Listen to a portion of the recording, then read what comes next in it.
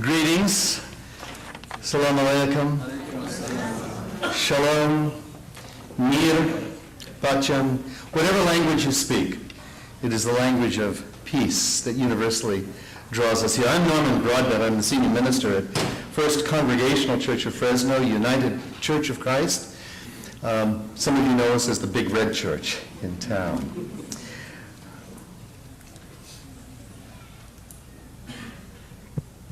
In a petition addressed to the State Assembly by a group of citizens from Chester County, Virginia, in 1785, this statement: "Let Jews, Muslims, and Christians of every denomination enjoy religious liberty. Thrust them not out now by establishing the Christian religion, lest thereby we become our own enemies and weaken this infant state."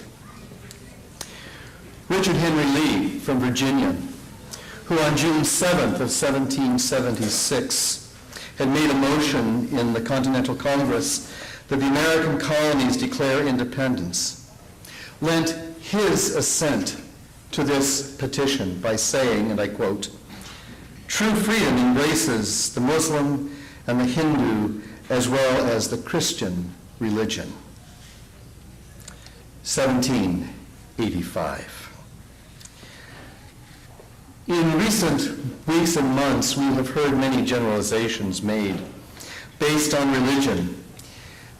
And these, I think most of us in this room find greatly disturbing, because those criticisms and that language reduce the rich, diverse, and complicated belief structures and reduce them to very monolithic and inaccurate portrayals and convictions. Recently, as widely reported, the language has become increasingly vitriolic, has grown more raucous and extreme, morphing into what Michael Eric Dyson has called a domestic rhetorical terrorism.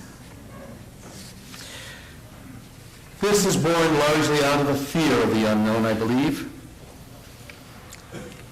It has spiraled out of control, demonizing everything from Sharia law to places of worship, and now even to sacred scriptures.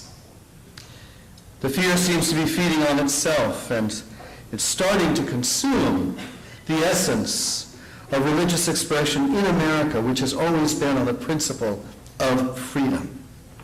The founding fathers' grand proposition was that when one house of worship is endangered, none of them are safe. When a Torah is burned, a Bible may be next. When one kind of religious law is defamed, theologies of all kinds may then become subjected to hate.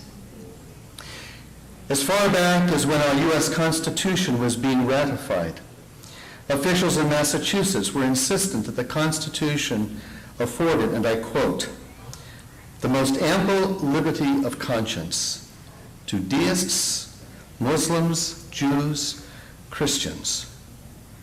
It was a point that the state Chief Justice Theophilus Parsons resoundingly affirmed in a case decision in 1810 in Massachusetts.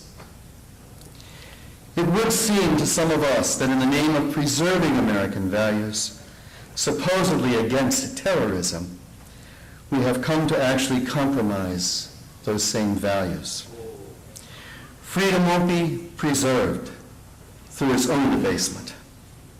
Singling out Muslim Americans, much as with prejudice against Jewish Americans and Catholic Americans before them in this country, will prove ultimately to be wrong.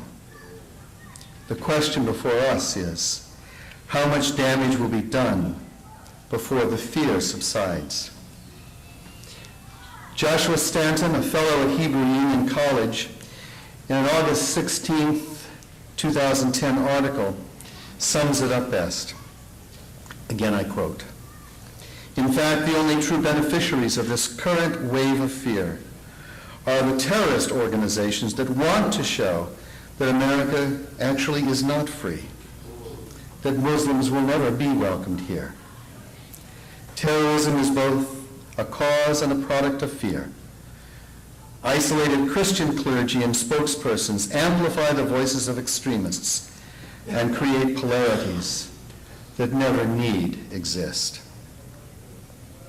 And so I stand here this evening to say to you that rather than unwittingly aiding extremists and extremism, we come tonight to publicly insist on a return to our core values, namely the profound belief in religious freedom. It is what the ancestors of my own particular denomination, the Pilgrims, brought to this country. And it's what the founders gave life and their name and their commonwealth to support during a great revolution. And as the great patriot Thomas Paine proclaimed, I believe in the equality of man, and I believe that religious duty consists of doing justice, loving mercy, and endeavoring to make our fellow creatures happy.